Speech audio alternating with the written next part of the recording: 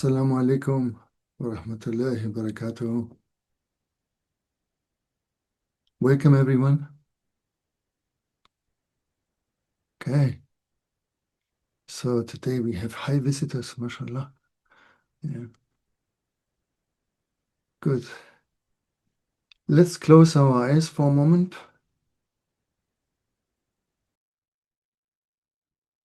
Okay, let's begin.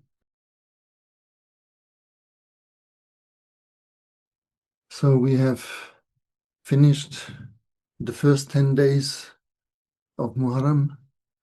Today is the 11th, and it is the new year for us, in Sufi tradition. The new year starts with Muharram, you know. And especially on the 9th and the 10th, especially on the 10th has the name Ashura. And on that day, we collect everything that is in our house of food and we make a soup of it, or kind of dish. It's called Ashura. And many, many, many, many things happened on the day of Ashura. For us, for humanity, for example, the Ark of Noah was coming down on the mountain of Ararat, or the division when Moses was escaping from the army of the Pharaoh, and the ocean opened for him, the sea opened, and he could pass through. And uncountable things happened on that day. Yeah. And for us, we say what happened to you in the first 10 days.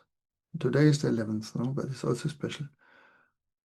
What happens to you in the first 10 days, this will show you what is going to happen to you in the next year. Yeah. So it is a good thing to fast. Yeah, we have to fast on the 9th and the 10th, or the 10th or 11th. It's a very good thing to fast the first 10 days. Yeah.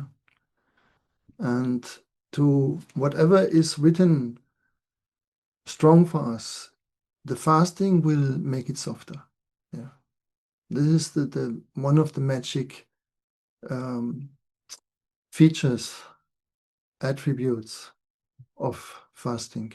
Fasting has countless benefits. It gives you health, it gives you wealth, it gives you spiritual insight, it gives you an easier life. Yeah. It does so many things for us, right? Therefore, in our tradition, fasting is a very, very prominent tool that we try to use as often as we can. Yeah. There's even people in the world that fast every day, all their life, and they have even a name, yeah, and they are usually very special ones as well, yeah, because fasting all your life means something, that is not an easy thing to do, and some people do it, yeah. So this is about Muharram, alhamdulillah. Now, when we hear always these words, you have to be here and now, you have to be living in the presence, then we may understand mentally what is the word presence, but we practically never come to it. Yeah. Because when you concentrate, or when you say, now I want to be present, this is only half of the way. First of all, most important is that you have to learn to understand that you have to give yourself permissions. Yeah. Right? If your subconscious says, I don't want to be present, I'm not interested in presence, because in the presence I'm not active. Yeah. The ego that is a subconscious ego, yeah, the ego is never conscious. The ego has a very little percentage of consciousness, right? And let's say 97% is subconscious.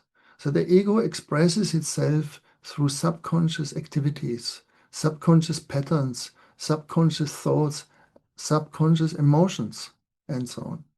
So you have to do with the rest of consciousness that you have to say, yeah, to speak to yourself, I'm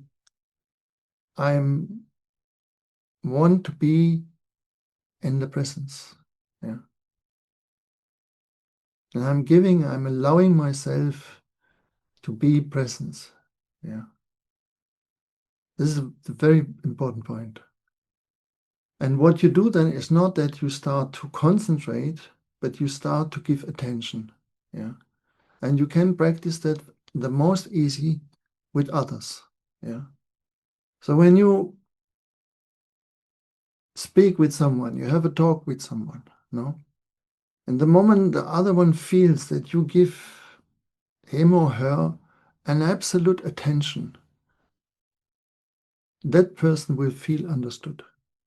Not only understood, that person will feel loved, respected, honored, and understood. And if you want to improve a meeting, yeah, be it a business meeting or be it any kind of relationship that you want to improve, no, then work on this point of attention. Yeah. Give your utmost attention, no. And then whatever the person says, it is not important, honestly. Yeah. Because we don't want to be just understood by the mental part of ourselves, by our mind.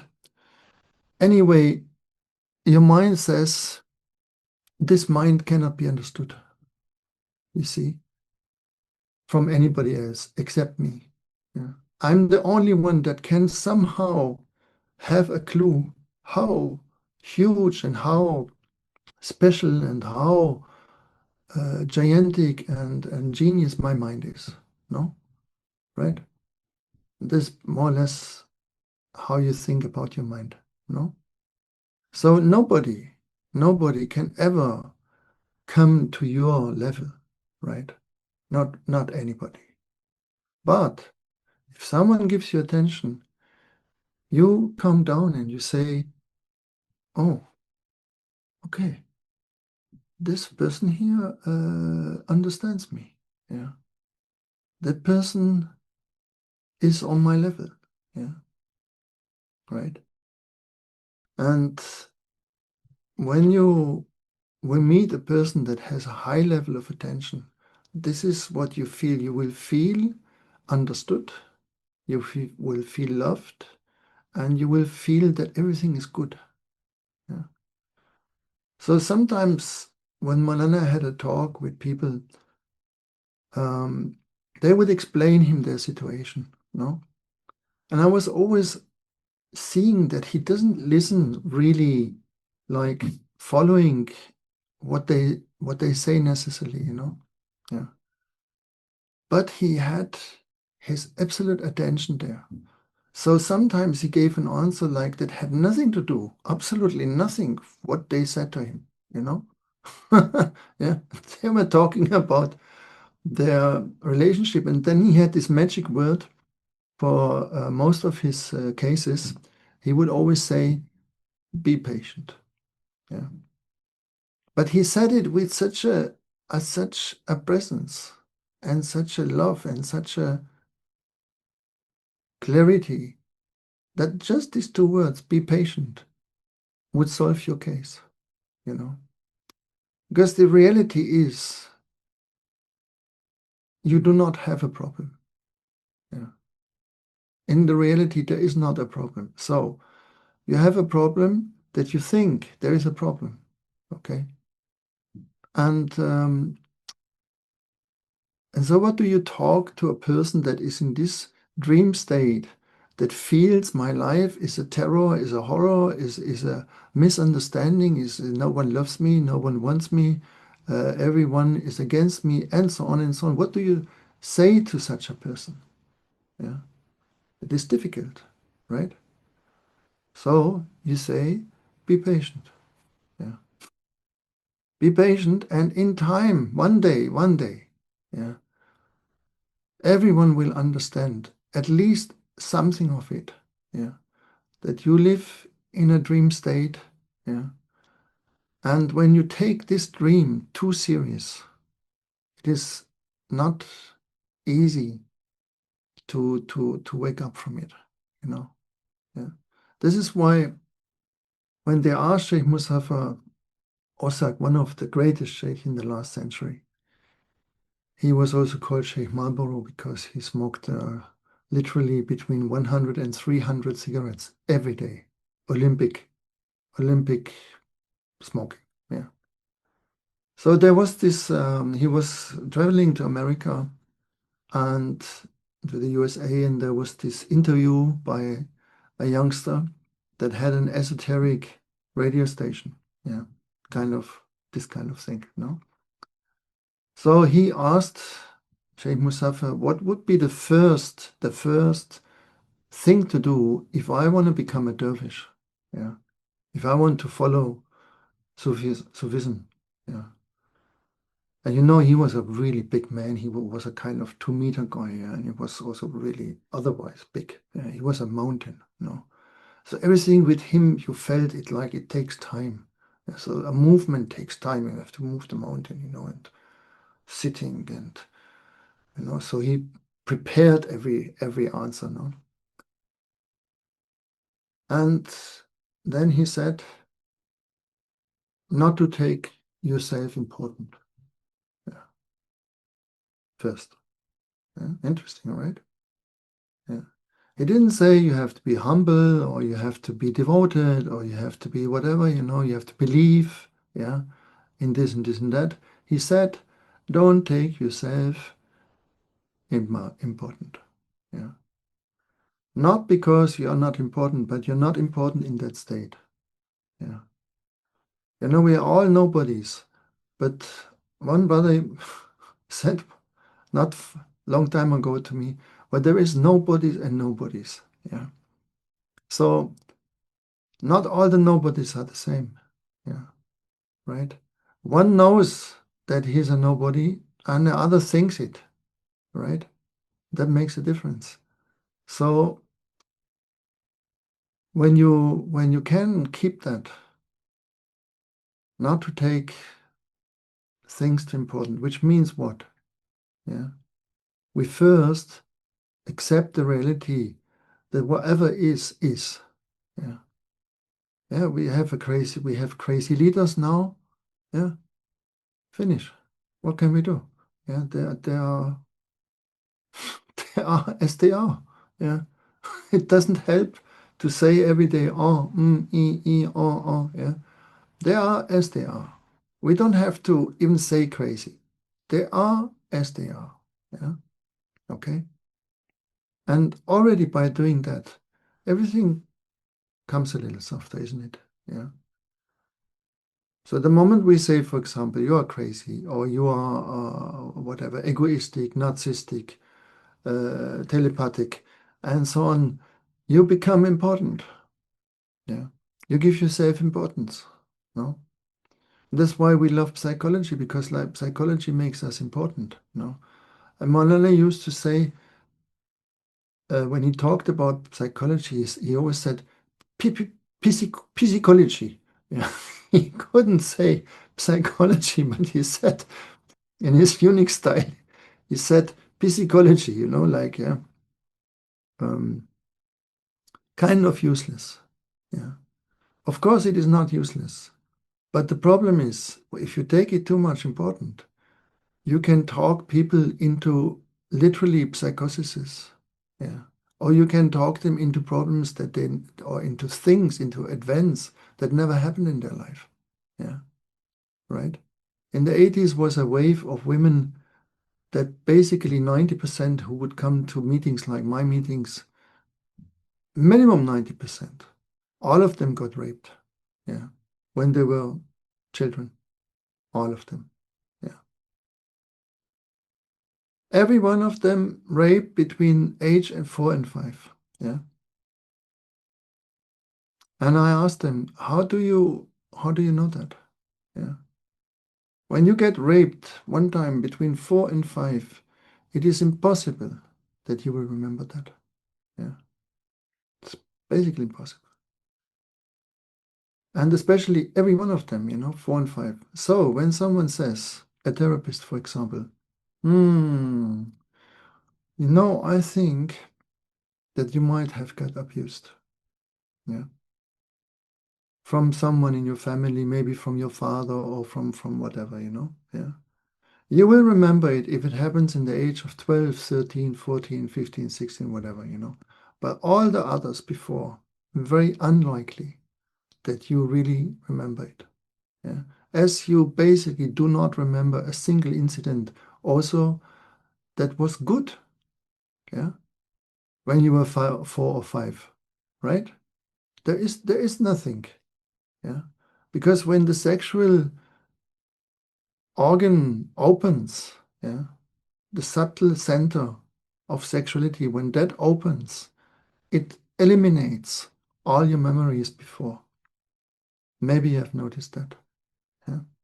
So if I ask you how you were with 8, tell me one significant thing with 8. Yeah. 8. Maybe you broke a leg. Your mother said you broke a leg. Yeah.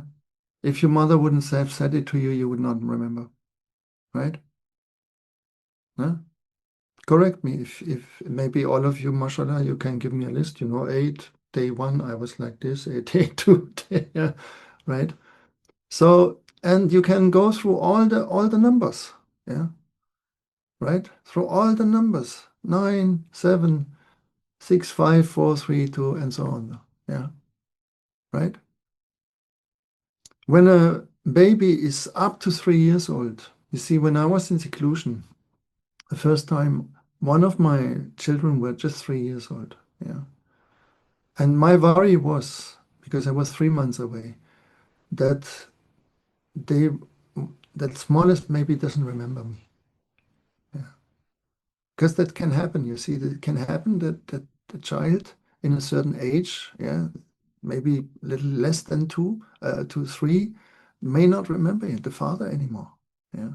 When he is over a long period out of the house. Yeah. Like if you sit in prison for 1 year, you can forget it. Yeah. The child will not remember you. Yes. But then it happened, a very nice thing, that when I was coming home and I was sitting on the sofa, then this daughter, the little one, she came to my side and she started to caress my arm. Yeah. And she smiled at me, like really sweet. She didn't say anything. She just caressed my arm and smiled. And it was one of the happiest memories that I have with my daughter, with this daughter. Yeah. So you allow yourself, you give yourself this permission and this wish, this will to be present, yeah. To give everything around you attention, right?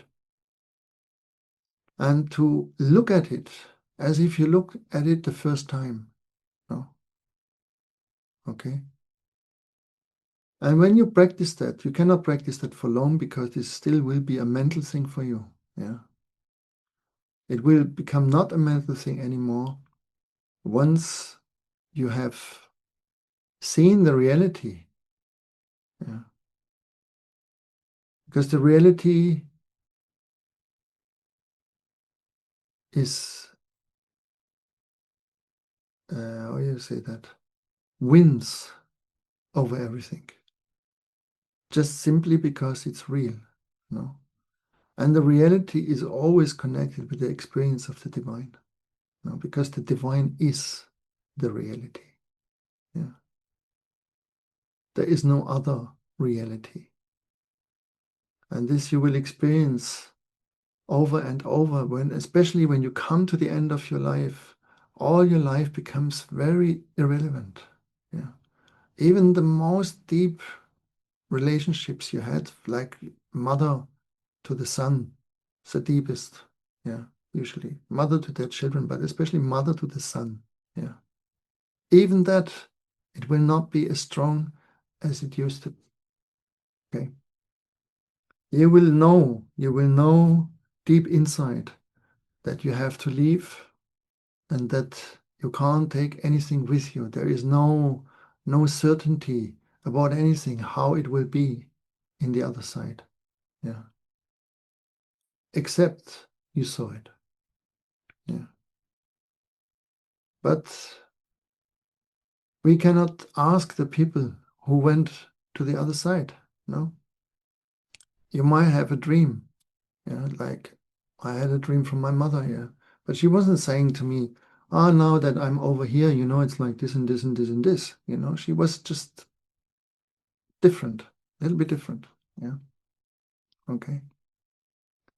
So no one for certain can tell you, and you have to trust those who say that they have seen it. Yeah. If you can have this trust, but you see, trust in the dream state is an incomplete trust. That's why basically we cannot trust, because we know deep inside this cannot be trusted. Yeah. And you know also that you yourself cannot be trusted. Yeah. You can't trust anyone. You can't even trust a saint. Yeah. Right? Yeah. Because you will trust him or her with a certain image, how the saint should be.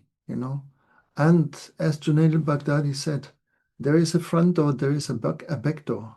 Yeah. Everyone can meet me and love me in the front door, because I will appear to you like the full moon. But I have also a dark moon with me. Yeah. And that one you won't see. And if you see it, maybe you will not love me anymore. Right? Yeah. This is how it is. No? So when Junaid Baghdadi was saying this, there was one Murid who said, "Yo, Sheikh, this doesn't count for me. I love you. I will love you. It doesn't matter what you do. I will love you, love you, love you." Yeah, finish. So said the Sheikh, okay, let's see. No. Then it happened that he saw Junaid al-Baghdadi, he saw him in a boat sitting with a woman on a very, very nice lake that was nearby. And a woman that he didn't know, yeah, because Junaid Baghdadi didn't have a wife, yeah, that time. So he was thinking, what the heck? My sheikh sits with a woman romantically in a lake, on the boat in a lake, and then on top of that, he would caress her face, no? Yeah, like lovely, yeah. And then on top of that, he would take a bottle which was red, yeah, with something red inside, and he filled it in a glass and give it to her and drank it himself. Yeah. So the Murid said, this is too much. Yeah. He, my sheikh, is with a woman, yeah, drinking wine, caressing her in public on the daylight. Yeah. So he was very shaken. Then when he met him again, the sheikh said, and Abdullah, how are you? Huh? You saw me? Yes? With a woman, isn't it? And he said, yeah, I saw you. Yeah, that woman was my mother. And you saw me thinking I'm drinking wine, no? But it was just grape juice. Yeah. So you see, you can't trust in that state. You cannot trust because the mind is negative. We said it before, yeah. And this is why the mind cannot nourish you. It cannot feed you. You think all day long, and what comes out of it? Yeah. Are you happy? No. You think yourself unhappy because the mind is unhappy. Yeah. It's a negative thing. And if you don't make effort to bring something in your life or to practice something that gives you a nourishment, you know, all these Advaita people, for example, yeah, that they do nothing else than thinking and talking, yeah, right? Yeah, I'm not the body, I'm not the this, I'm not the that, you know, and all this nonsense, yeah. Uh, Having the most complicated relationships from anyone on the planet, yeah, you know, trying just to imitate what Ramana, that was a giant, yeah, and he was a real one, but, you know, we say the words of the masters is poison, yeah, like snake poison, but it's not poison for them. So when the master says, I'm not the body, then for him it's a reality. If you say that, for you it is a lie. Yeah, yeah, because you are 150% the body. Yeah, more than anything, you are the body. If someone would comes with a knife and cuts you from here to here, yeah, you understand that you are the body, right? Yeah. Yeah, or all your face burns, yeah, and then what you say, I'm not the body, yeah, yeah, right? So you are the body, okay? And that brings me to the second point. You have to talk the truth to yourself, no? Only when you do that, you have a chance that you can see this uh, illusionary reality. We are into it, okay? Yeah. And especially nowadays where everything is decaying and falling apart. You see, the reality cannot fall apart. That's one thing of the reality. The reality in the reality, all those things that you see now, that you witness now, they cannot happen. Yeah. Because the divine is the reality, and he will not want to happen anything like that. You know, there's no need for that, right? So when a humanity wakes up, that is the moment they can survive. Before, they will kill each other. Yeah. And they want to do that because they cannot find another way, yeah, to break through. Their wish is to wake up, to break through. So when you see a baby playing, no, with a toy, yeah, after a while, when it wants to crash it, no, because like this it wants to understand. So also you yourself, you like to crash your life, yeah, over and over again, and that gives you this thinking, I understand, no, and you may understand some things, you may understand, but as long as you want to fix it in this illusionary state, it will not be fixed, yeah. Therefore, don't take it too important, yeah. Whatever happened, happened. Alas, don't look too much on it. The only thing is, and this is a specialty, is what we call trauma. These are things that happened in your life that traumatized you. Be it abuse, or be it sexual abuse, or be it any other kind of abuse. It is always a kind of abuse, yeah. Or it is a situation that, for example, you were alone, you were left alone, yeah. That we should never do with small children because they have no perception of time, no. This is why it is not good to leave the children ever, even small moments, alone, yeah, until they have reached the perception of time, and then it is easier for them to understand, okay, the mother is not gone forever, yeah, right? But if that is not yet developed and the mother is, let's say, half an hour away or 1 hour away, this is a traumatic experience for a child. No? And those things, they rule our life, yeah, because they are very, very powerful moments. And because you couldn't digest them, they start to have their life on their own, you know. So we can go to a certain point, like witnessing ourselves in our roles, yeah, in our present situation, yeah, like you understand, for example, I behave different with when I'm with my boss, I behave different when I'm with my mother, I behave different when I'm with my friends, I behave different outside, and so on and so on. Yeah, you have a set of roles that you play permanently through, no? And this is already a big liberation, if you understand that, no? And if you understand how the roles are living with each other without clashing with each other, that is the next step, yeah? Because you can become very angry from one moment to the next, yeah? And then you come back, yeah? And you think this is normal, but this is a different personality. You see, when you're angry or you're a different personality, I think you understand that, yeah? So how you switch from this one to that one so fast, and it never comes to your head that you say, oh, maybe something is not right with me, right? Yeah, you don't have this thought, yeah. Oh, I was angry, and a second later I'm okay again, right? Because let's say you were very angry, you get a call, they say you won 1 million, all the anger finished, boom, it's good, life is good, right? Yeah.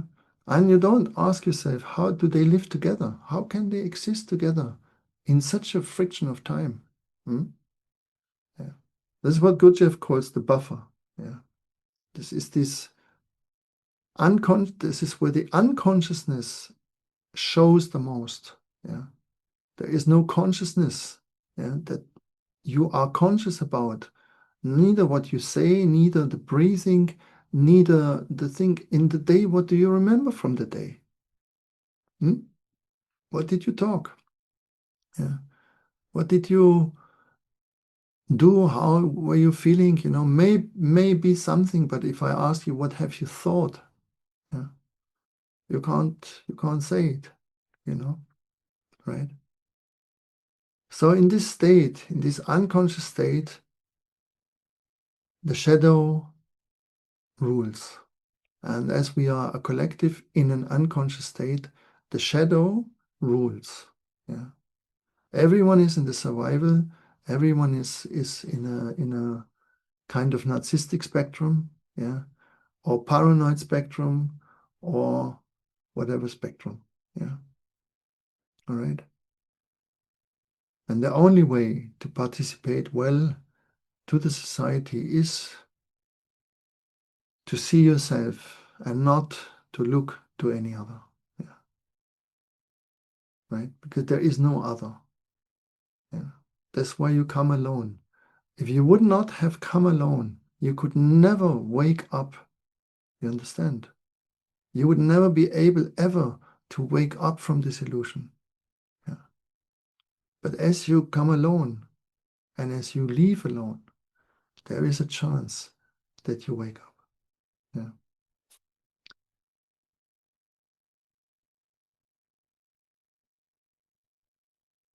So we are now living in a time where it is probably the easiest ever to get a glimpse of reality. Yeah. Because the world is falling apart in front of our eyes. So less and less we can find a vision there. No, I said it already before. We have a mental horizon, and when this mental horizon disappears, the mental horizon is the future. So when we cannot see the future anymore, yeah, like in a longer perspective, when we are practically more and more forced to the day, yeah, right, then to the hour, then to the minute, and then to the moment, yeah. then the ego is squeezed to the top because it doesn't want it. It doesn't want to go there. So for this reason, go there before that process happens stronger and stronger so that you can survive it mentally. Because if you are thrown from a total unawareness into a total awareness in one moment, this is not a very positive feeling. Okay, this will not feel you like, oh, okay, now I woke up, because probably you wake up in a kind of war situation. Yeah, right. It's very difficult to wake up or to have this feeling, oh, I'm now, when it is a good situation. Yeah. Okay. And when that happens, that is a situation that you might have remembered where you felt like you are blessed and you are out, kind of out of the game, and you are in a very harmonious feeling, in a very spacey feeling, where you feel, wow, everything good. No, you might have had this experience. Yeah. Then comes the ego and says, yes, you're enlightened now. Yeah, you know. Yeah. And even when it disappears, people, they insist on that. They say, I had an experience. I say, good.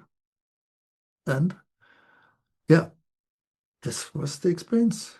Yeah, I was out, I was there, and yeah. And now I'm advanced. Yeah, because you had one experience. Yeah. Yeah. I mean, congratulations for your experiences. Yeah, we don't want to belittle them, but you understand. Yeah. And then says such a person says, oh, now I can talk. Yeah, because I have a glimpse. Yeah, I saw something. No, I understand something. And the mind is like this because the ego cannot exist without mind. Yeah. So one way or the other, it will grab this thing and makes it itself. Yeah. It integrates it in the ego structure. No. So then you have all these very important teachers. Yeah. Yeah, they are all very important. No, one more than the other. And uh, we have a saying in Sufism, yeah. Every crazy has his followers, right? And that is true. Yeah.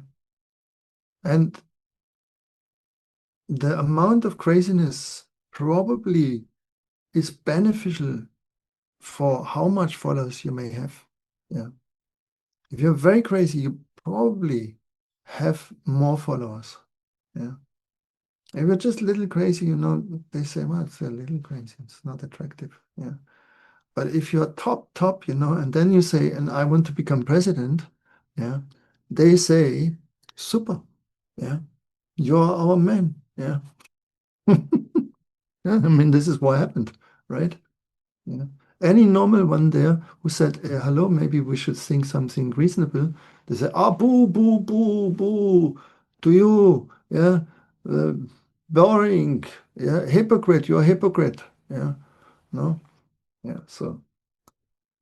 And in a way, it's true because the narcissist can say the truth. Yeah. Even when he talks, when he does something bad, it is for him appearing great. Yeah. Right. So when the one in the West was tested about COVID, no, he said, "Oh, my result was so negative, so absolutely negative, that the doctor said that never any test was so negative than mine. Yeah. So even the most silly thing, you understand, that the narcissist can bring it to the top. Yeah. And this is what people love. Yeah. Because the negative mind, when you're still in a healthy mode, makes you to feel low, right? Yeah. You have a low self-esteem, you have a low confidence, self-confidence, you have a low uh, kind of feeling. No. Yeah. And this is a good sign for you if that is like that. Yeah. Because the other one in that state, if you say so, oh, I'm the king here, yeah, and you make all rubbish and say super, super, it's all good what I do, then you're on the pathologic side of it. Okay. Yeah. So bring attention in your life. Yeah. And I'm extra not saying awareness because awareness has already this mental connotation, and mindful and aware and all this language, yeah, that grounds your mind, right? Mindful, yeah. Just drop that word and become just attentive, okay? Yeah, you are attentive. And when you do that, there is also your emotions in it. There's your heart in it. There's not this mindful robot person, that is all mindful but feels nothing anymore. Yeah, right? You don't want that. You want to be attentive and with full measure of your heart, of your love that you carry, you want to be there, right? Yeah. So make this for you as a practicing. Yeah. And the same is as we always, we always start with the body, so you are attentive to what? You're attentive to your organs first. Yeah. So you speak to your heart and you say, thank you, my heart. Thank you. Thank you that you work so incredible for me. Yeah. Day in, day out. And I'm never looking for you. I'm forgetting you, right? When do we speak to our organs? No? But giving attention to your organs is healing. Yeah. When someone gives you attention, loving attention, you will get healed. Yeah. The trauma happens alone. The healing happens in the presence of a loving person. Okay? There can be anybody, but must have this love for you, must have this interest in you, must have this attention for you. No? Okay? Yeah, that's why you cannot do it yourself. Yeah. Alone. Yeah. Because alone you are scared. Yeah. So you cannot go alone there, right? Yeah, if you could, you would, but you can't. Yeah. That's why you need someone that takes your hand and says, come, let's go together there, right? Have a look. No? Even then it's not so easy. Okay. So I'm still fasting. Yeah. So my battery is a little low. Yeah. Yes. All right. So um, have a very good time. Yeah, until we see next time, inshallah. Some of you will see at Zikr. Forgive me for last Wednesday, but I had no voice. That was the reason. I had simply no voice. Yeah. So I was thinking, how do I make zikr with you without voice? Yeah. That is it's not really possible. That's why I canceled it. So, very sorry. And mashallah, Allah. Quarter to two, they sit in front of the computer. Allah Akbar. Mashallah. Allah bless them. Yeah. That is devotion, mashallah. That's why you see, yeah, don't fear the Chinese people. Yeah. They have devotion, they have a capacity of devotion, you really can compete with them, yeah. But it will be very difficult because they have an incredible devotion. Yeah. And when they turn into a good direction, that is when the world will become paradise. No? And the philosophy of their nation, they have a very high philosophy, a very high level of how to live together in harmony. Yeah. And it is in their DNA, literally, that they know things, you know. Yeah. Our DNA is from the trees, yeah. I mean, we were in the trees when they were reading books, you know, literally, yeah. You see, when they were starting to read books and have all these high thoughts, you know, we were literally running around with the thing in the forests, yeah, trying to hit each other, you know. And they, mashallah, they were already over their scripts and studying the stars, and so on and so on. Yeah. So that's why they are so fast coming up in everything, because they have this capacity. No? Right? Yeah. Alhamdulillah. So, inshallah, we all have our place. Yeah, don't worry. Yeah. Turkish people are also fantastic. Yeah. We're just in Turkey, mashallah. Turkey people, very peaceful people, very heartful, mashallah, and very good food. Yeah, of course, Chinese people also good food for Chinese people. But Turkish food, many people can eat it. And they feel happy. Chinese food is a little bit, uh, if you want to travel to China and you love Chinese food, you will be so successful in China. They will open everything for you just because you love their food. Yeah, yeah, yeah. Alhamdulillah. Good. Well, all the best to you. Yeah. Have this faith. Your life is not against you. Yeah. The script of your life is never, ever against you.